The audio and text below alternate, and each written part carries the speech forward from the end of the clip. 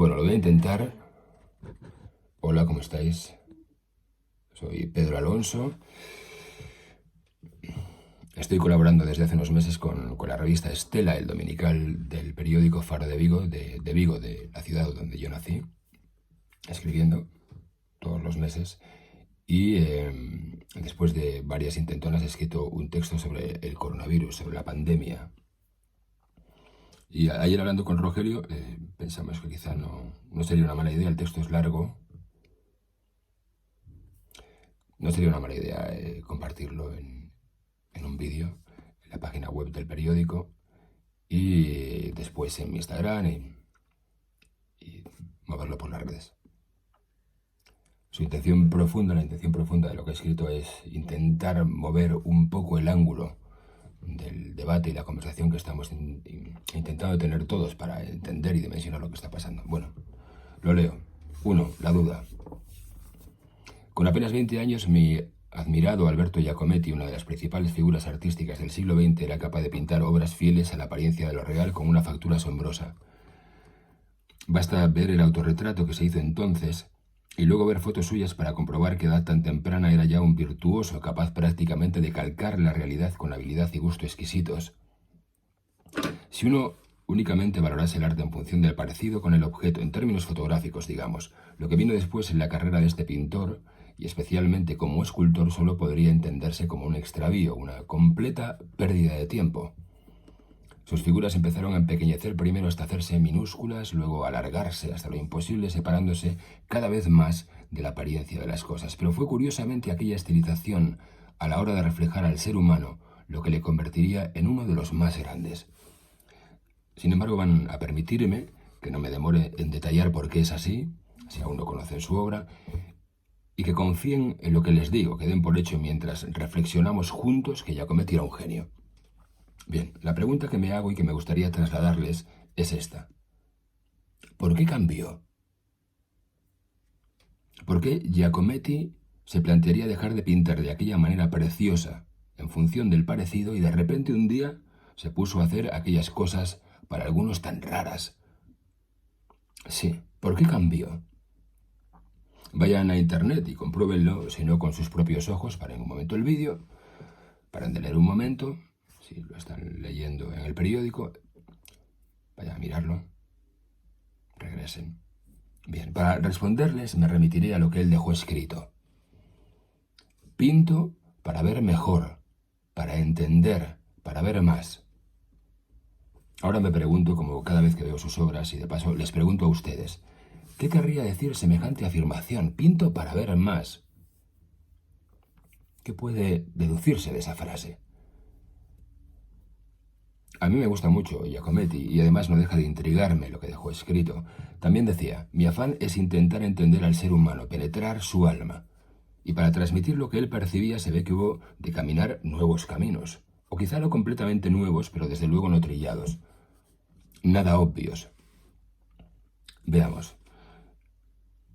Si he hecho esta introducción es para que entiendan lo que me ha pasado. Me explico. Este que les comparto es el tercer texto que escribo a propósito de la pandemia del coronavirus en los últimos 10-15 días. Después de mi segundo intento, decidí desistir. Me resultaba imposible entender y encontrar una perspectiva que me ayudase a dimensionar qué es esto que nos está sucediendo. Quizás sea, pensé, porque aún tengamos la situación muy encima y seguro que así es, en cierto modo. Pero luego me dije, también puede ser porque las lecturas que uno pudiera hacer de lo que uno entendía como crisis hasta hace nada, a día de hoy ya no bastan. Puede ser. Sin duda no es este momento para la certeza. Sospecho cada vez más de aquellos que parecen tenerlo todo claro. Me dije,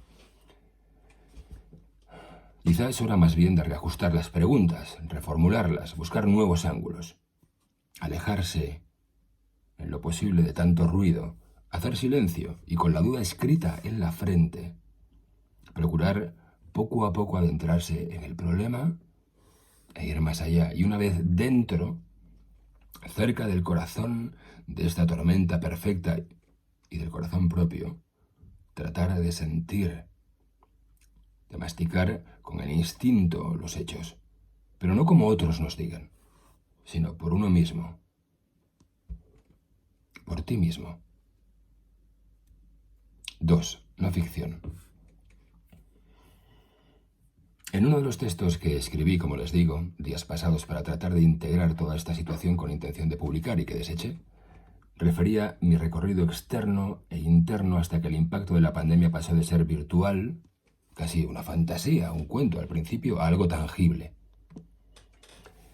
Apuntaré solo unos datos de mi memoria personal. Hace apenas un mes, estuve en Arco, en la Feria de Arte Contemporáneo de Madrid. Por aquel entonces, para muchos, ver a alguien en las naves de IFEMA, que hoy son un hospital de campaña, ver a alguien en IFEMA con mascarilla era casi motivo de broma. Al día siguiente, el 27 de febrero, preparando la maleta para irme a Kuwait y casi a punto de salir para el aeropuerto, me informaron de que el viaje se caía, por seguridad decían, ante la posibilidad de contagio. Eran días para mí de mucho trajín, quizá como nunca antes en mi vida, y empezaban a verse todos mis desplazamientos afectados. Posteriormente se fueron cayendo todas las citas de promoción de la 4ª temporada de la serie en la que trabajo, La Casa de Papel, en Italia, Francia y Reino Unido, también la de Los Ángeles. Bueno, miento. Todos los destinos se cayeron menos uno, el que iba inmediatamente después de Kuwait, porque aquel fin de semana todo sonaba aquí, en España, aún como un rumor lejano de algo feo que nunca iba a acabar de llegar hasta nosotros, a no ser como daños colaterales. Así que el domingo 1 de marzo me fui a Uruguay, hice lo que tenía que hacer, fue una experiencia muy bonita, preciosa, y nada más regresar a Madrid tras estar allí apenas 3 días y pico, del tirón, me dirigí a Cáceres, y luego, ya por fin, de vuelta a casa. Por ese entonces, yo me sentía enfermo. Aún así, repito, estaba enfermo. Todo me parecía una exageración. Sé que puede sonar fuerte, pero el tratamiento de la información me parecía por momentos peor que el virus. Y tengo la impresión de que no he sido el único. Basta observar el tiempo que tardan en reaccionar los países a los que la pandemia ha ido llegando después que al nuestro. Uno piensa lo que debieron pensar antes en China con respecto a Italia, y en Italia con respecto a nosotros, y ahora nosotros con respecto a mi querida Latinoamérica o a Estados Unidos. Aunque todo cambia ahora. Frente a este retraso a la hora de dimensionar lo que se nos ha venido encima, no puedo dejar de constatar que la información que nos llega es muy abundante, pero por exceso y afectación recurrentes desde hace tanto y desde tantos frentes, no acaba de surtir ningún efecto cuando realmente importa. O dicho de otro modo, esta situación está poniendo en valor la necesidad de referentes serios, primero a la hora de transmitir la información, serios, rigurosos, oficiales, científicos, si se quiere, fiables. Porque debería haber un punto medio posible entre la incredulidad y hasta la guasa primera de unos y el alarmismo aspaventoso de otros muchos. Pero aún así, ahora que estamos metidos ya de lleno en la crisis, muchos no acaban de verlo. O si lo ven no les importa. A algunos, solo parece importarles que el contador suene. Y en tantos y tantos medios y soportes se siguen tratando las noticias como una película de terror. De las malas, empeñada por encima de todo en privilegiar la afectación, la muerte, el susto por el susto, en aras del ruido.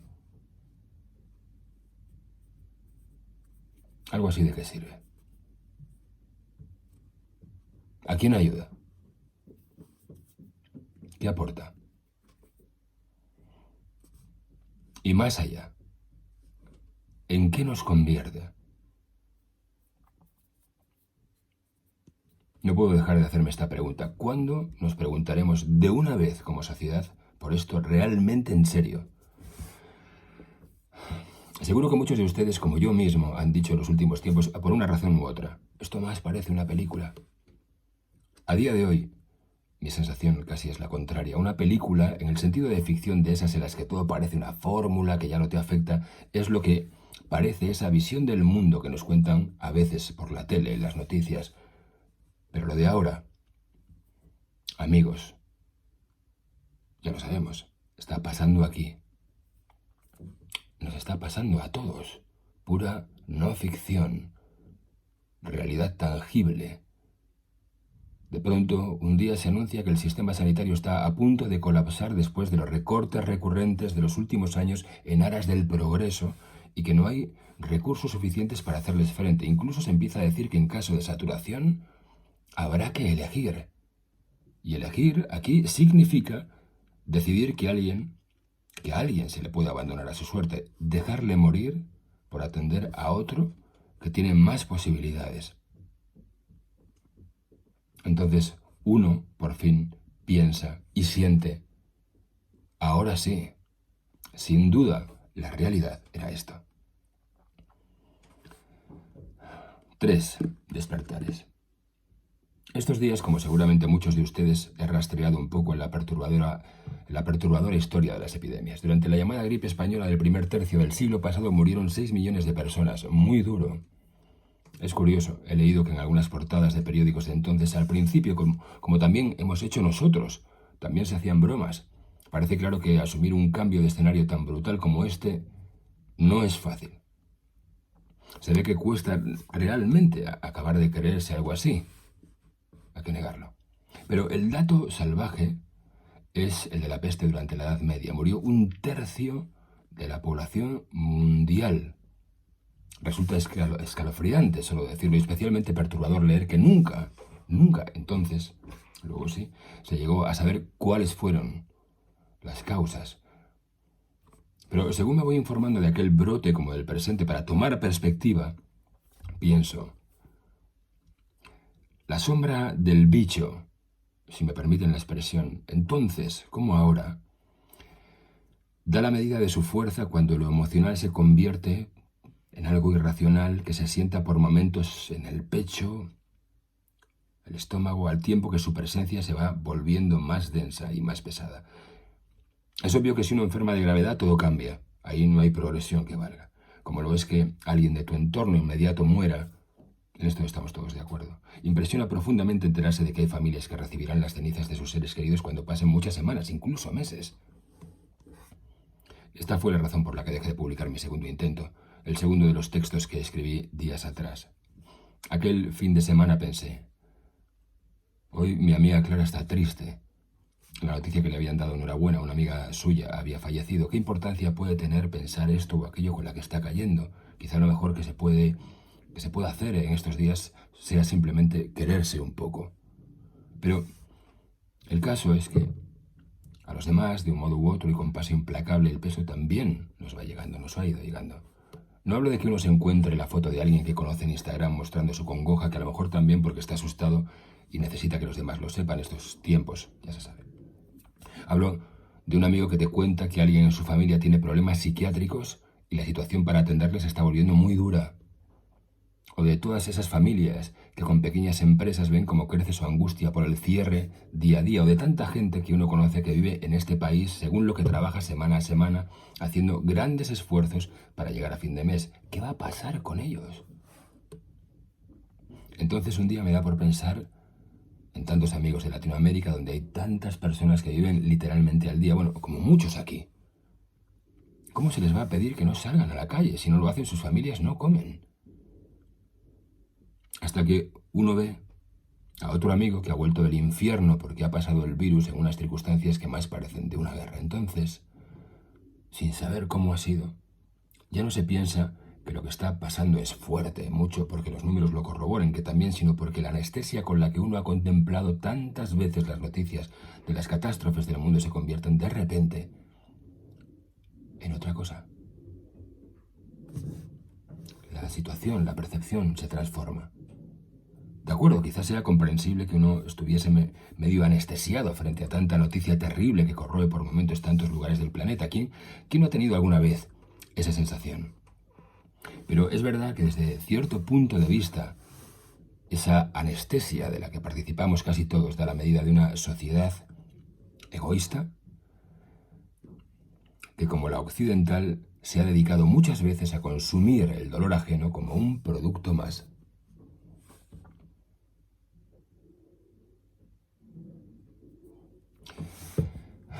No seré yo el que caiga en las teorías de la conspiración. En muchos lugares se dice que el virus del SIDA, el SARS de hace 17 años y ahora el COVID-19 son creaciones humanas.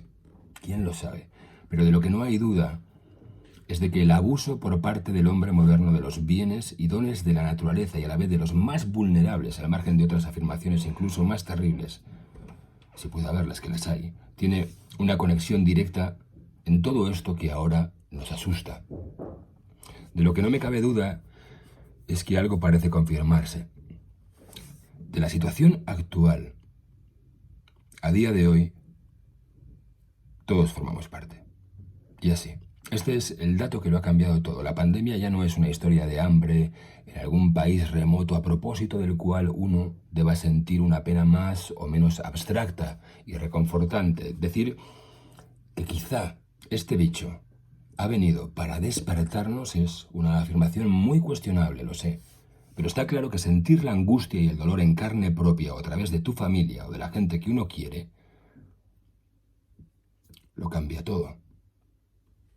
Cambia todo. 4. El falso poder o el ansia. Mi amigo Mark me dijo: Pedro, esta situación es un test de estrés, no hay duda. No lo hay. Luego también pensé, parte de las reacciones que se están desatando me recuerdan a cuando cae una salvaje tormenta de nieve. Y en medio del colapso a algunos les da por ponerse a denunciarlo todo y señalar a diestro y siniestro con el dedo, porque hay razones, ¿quién lo niega? Claro que ahí la pregunta que uno también puede hacerse es, ¿no sería mejor optimizar la energía y enfocarse en las soluciones, al menos hasta que la tormenta amaine? Y habrá tiempo después de hacer una valoración rigurosa de que nos toca aprender a todos tras esta prueba. Y habrá que hacerla. Será de hecho imprescindible si no queremos desperdiciar aún más lo que esta situación inédita nos ofrece, porque esto es una prueba, y con tal de que uno se pare unos segundos, resulta evidente que como sistema algo no funciona. Pero antes de hacer balance y de sacar una vez más conclusiones precipitadas básicamente contra el otro, se hace evidente que las situaciones de dificultad como estas siempre son un espejo. Y a muchos de los que las sufren, por poco que uno se abandone en medio de la desesperación, la cabeza solo les va a permitir sacudirse la angustia a través del pataleo. Una voz dentro de mí frente a eso me dice, cuidado, cuidado. Porque sean legítimas o no las acusaciones, probablemente no sea esta estrategia ahora la que más nos ayude. Sin embargo, desde mi punto de vista, aún hay algo mucho peor. Otra forma de soberbia más mezquina, no sé si más sofisticada. Y ojo, todos podemos caer en ella a poco que nos dejemos ir. Me refiero a aquellos que desde una posición de fuerza, al menos aparente, deciden utilizar el tiempo de dificultad para pasar al ataque. En la vida, si uno se dedica siempre a echar balones fuera, lo fácil es dedicarse a la destrucción, a la fiscalización perpetua, ese discurso que aprovecha las circunstancias difíciles para ponerle la bota encima a todos aquellos a los que considera enemigos o incluso amigos. En cuanto los ve en situación de dificultad, ese discurso del «ves, te lo dije, pero ¿cómo se te ocurre? ¿Pero cómo nos disteis cuenta antes? Parece mentira». Ya saben, ese tipo de mirada que lo que quiere es llevar la razón a cualquier precio y aprovechar la zozobra para por fin vencer a su adversario. Ya saben. Esa gente que se empeña en utilizar la crisis para obtener réditos de orden personal y partidista. Hablo de la cosa del macho alfa, que cuando se manifiesta lo hace desde un tono que dice querer sacar por fin algo en limpio para en realidad enfocar su empeño únicamente en dejar tras de sí un rastro de cadáveres y de cabezas cortadas que no le son afines. Para sacar pecho, al tiempo que pintan los puntos sobre las sillas con el dedo enhiesto o las palmas sospechosamente abiertas. Pero aclaro algo que me perturba especialmente, quizá lo que más. Ahí no hay bandos. No nos confundamos, es un tipo de energía miserable en la que puede uno encontrarse gente de cualquier partido, de cualquier ideología. Es una cuestión energética. Una cosa parece clara, sin embargo, este momento, decíamos, nos compromete a todos, sin excepción. La soberbia no nos va a ayudar a salir de esto, la amargura no nos va a sacar de aquí, la mala baba miserable tampoco. ¿De qué sirve llevar la razón, al menos hasta que todo este pase? No se trata de escupir a diestro y siniestro, sino de encontrar soluciones, de remar juntos, y para ello es necesario tomar distancia. informarse, reflexionar y a la vez meditar para encontrar cuál puede ser la forma de hacerlo a favor.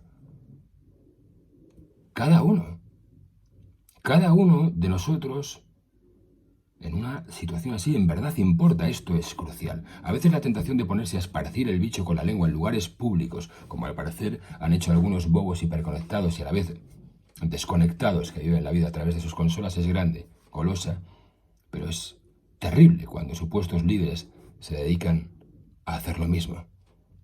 Porque destruir se ve que libera, pero para construir hace falta un talento y una dedicación más exigente y más noble. Hay mucho que poner en cuestión. ¿Quién y por qué no es capaz de verlo todavía? Estructuralmente, digo. Pero la manera de hacerlo debe buscar la forma de optimizar nuestros esfuerzos desde ahora mismo. Cada segundo importa. He escuchado que algunos países van a intentar recuperar el tiempo de producción perdido, haciendo que los trabajadores recuperen horas en cuanto la pandemia pase. Sé muy poco de economía y quizás sea una opción, pero la sensación que crece en mí es que no se va a poder disimular el alcance de esta grieta, no se va a solucionar la que está cayendo, corriendo todavía más. Y la grieta, lo repito las veces que haga falta, nos compromete a todos. No vamos a poder seguir disimulando, ya no. Es hora de trabajar, imprescindible, pero también de empezar a pensar en serio, quizá de otra manera, sobre qué tipo de civilización es esta a la que pertenecemos y hacia dónde, en el sentido más profundo, queremos dirigirnos. Este no es ya un problema de siglas, que también, sino de conciencia sobre todo. Y ese es por encima de todo un territorio arrebatador y muy íntimo que no podemos seguir eludiendo, que debería invitar a una profunda reflexión a cada uno y a tomarse antes de hablar, por respeto a la vida, un momento para hacer silencio. 5. El fantasma de la gran frustración. Recapitulemos. Hagamos memoria. En los años precedentes, la sociedad occidental ha visto cómo el sistema capitalista ha estado a punto de colapsar, y de hecho lo hizo. La crisis, como todos recordamos aún en nuestras carnes, pegó muy duro. Si la memoria no me falla, básicamente por culpa de una maquinaria compulsiva y ansiosa, capaz de especular en una cadena insaciable que busca multiplicar el beneficio en un bucle sin fin, en el que la máxima prioridad siempre es que el contador no pare de contar. Incluso a costa de valores fantasma. Hagamos memoria. El mensaje por parte de los organismos de poder cuando tocó salir del hoyo fue: la cosa no puede parar bajo ningún concepto, eso es inadmisible, pero ¿cómo se os ocurre? Y la respuesta consecuente a tal afirmación fue que necesariamente aquello lo teníamos que solucionar entre todos. Bien. Todos, por supuesto, no quería decir ni los bancos ni las grandes corporaciones. Todos quería decir los trabajadores. Y especialmente la clase media. La mayoría a la que no le quedó más que tragar con lo que, según luego nos dijeron, habíamos creado nosotros mismos por nuestra inconsciencia y nuestra ambición insaciables. La experiencia nos enseña que para que suceda algo así de salvaje, probablemente cada uno ha puesto en algún momento su grano de arena. Sí, puede ser, es verdad, es verdad. Pero de lo que no cabe duda, de lo que no queda duda, es de que aquello fue una humillación en toda regla al común de los mortales. Las mismas figuras en la sombra que se dedicaron a la especulación salvaje encontraron la manera de hacérselo pagar a la plebe. Pero el caso es que no tanto después de aquello pasa, no se olvida. Un día uno se pregunta, yo me pregunto, estupefacto, ¿cómo es posible que llegue gente al poder como estos que de un tiempo a esta parte estamos viendo? Me refiero a Trump, a Bolsonaro, el auge de la extrema derecha, los populismos, variaciones resultantes básicamente a partir de una misma herida, de aquella herida. Y la respuesta no puede ser otra. Imagino que muchos se dijeron muy enfadados otro día de aquellos, poco después de la crisis. ¿Qué más da ya quién votar? ¿Qué importan ya las ideologías? Al final, unos y otros nos estafan. Todos están a la postre al servicio de los poderes fácticos, esos a los que en última instancia ninguno de nosotros sabe poner cara. Amigos que me escucháis, que me estáis leyendo esto. Gente de buena voluntad. La decepción con la ideología que se suponía que estaba ahí para defender un cierto equitativo reparto de la riqueza, con atención a lo social, a la asistencia sanitaria para todos, a la educación, parecía jugar a lo mismo que los que tradicionalmente defendían los privilegios de unos pocos. De modo que una vez que semejante situación pareció llegar al colmo, algunos empezaron, desde la gran frustración, a creerse que un tipo como Trump, por poner un ejemplo de libro, está ahí para protegerles a ellos. Gente normal que había vivido en el mismo sitio con lo justo desde siempre, protegerles a ellos frente a los extraños. Ya saben, todo ese discurso que ha capitalizado los peores instintos con mensajes que incitan a la autoprotección, la separación y la xenofobia, porque el peligro no son todos, porque el peligro son, todos esos raros, los otros, los que no son como la gente normal.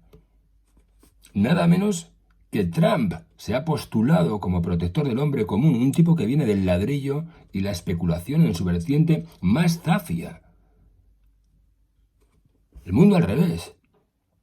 Pero lo cierto es que en esa corriente y la comprensible decepción de muchos, han empezado a colarse no solo fantasmas que remiten al periodo anterior a las grandes guerras del siglo pasado, sino también auténticos demonios de la peor especie. Aún me quedan preguntas por abrir, pero hay una que necesito hacerme justo ahora. ¿Existe la posibilidad de que aparezcan nuevos líderes y referentes morales que sean capaces de hacernos volver a creer que el interés común no es una cosa de locos? Una nota. Y por favor, no olvidemos, por poner un ejemplo, que en Europa a veces suena a ciencia ficción, pero que en los Estados Unidos lo puede cambiar todo durante unas elecciones. Allí, si un político habla de la posibilidad de un sistema sanitario pagado con los impuestos de todos, inmediatamente recibe un ataque por parte del sistema que inmediatamente lo va a acusar de querer vender al país al demonio rojo. Pues bien, el capital, que allí como aquí juega a lo mismo, a donde se dirige como pollo sin cabeza, y lo que al parecer quiere únicamente es que quien enferme lo haga si puede pagarlo. Y que si no puede hacerlo directamente se muera. Eso sí, mientras el país sea, al comportarse así, más competitivo, se sienta más ufano y más poderoso, ningún problema. ¿De verdad vamos a seguir tragándonos todo esto?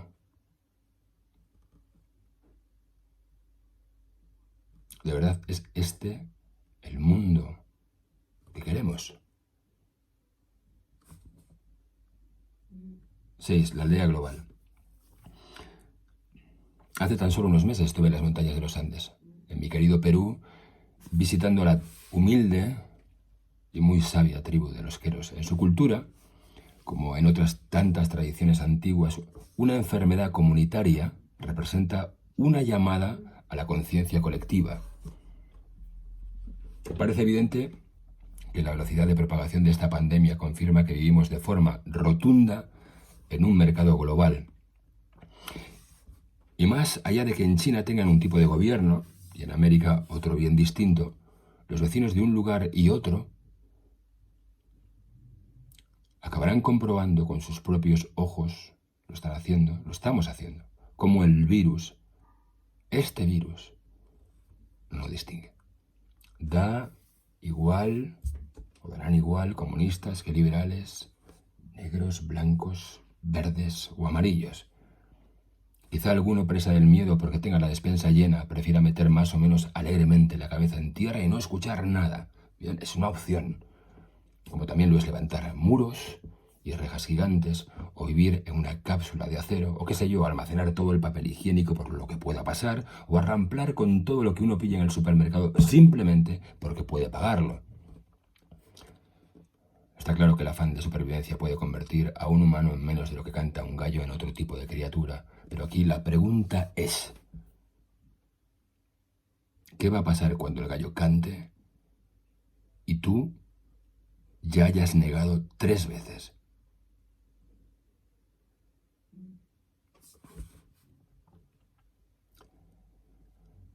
Siete, el comportamiento tóxico.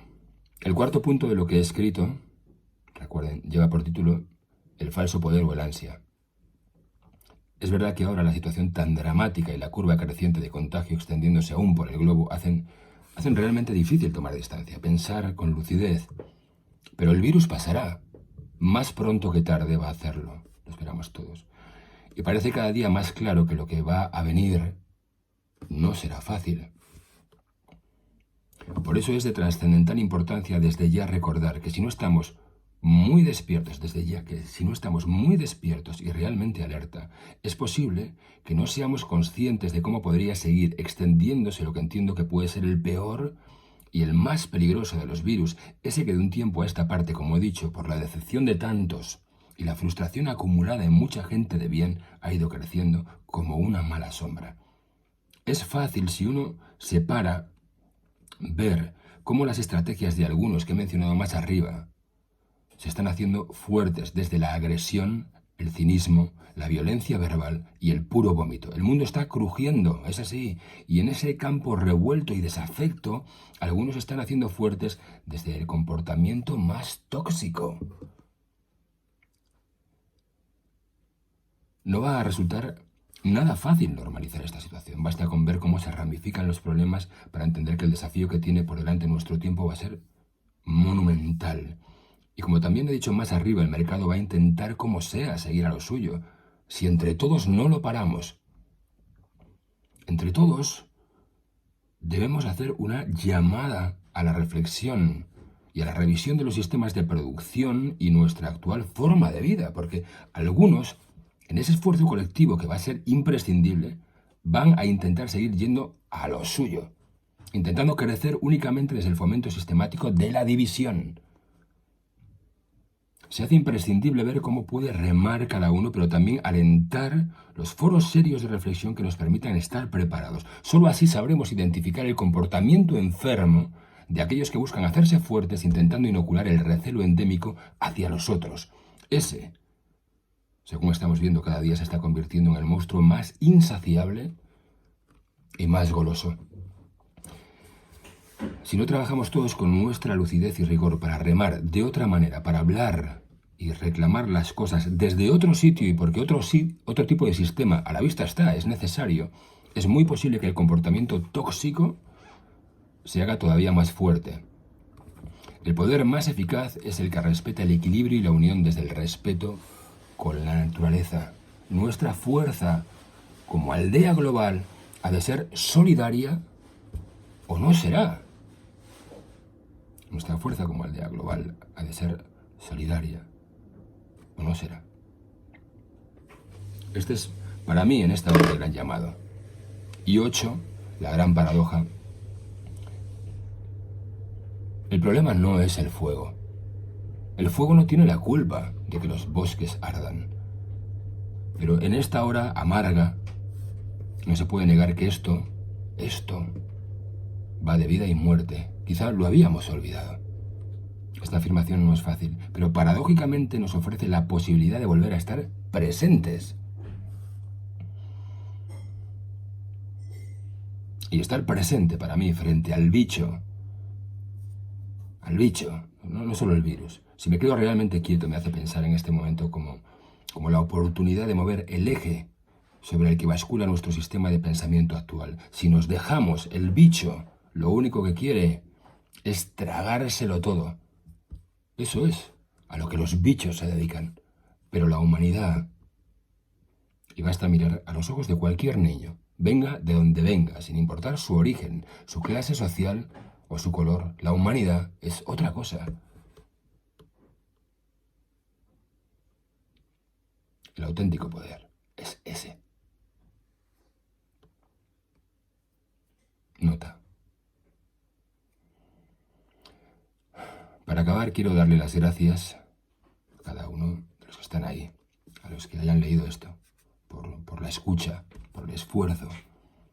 Y muy especialmente dar las gracias de corazón a todo el personal sanitario y también a aquellos que ponen su salud y su integridad en riesgo cada día para que muchos de nosotros sigamos sanos. Y si es posible, intentando convencer al mundo de que merece la pena seguir creyendo en que el hombre no es la peor de las especies.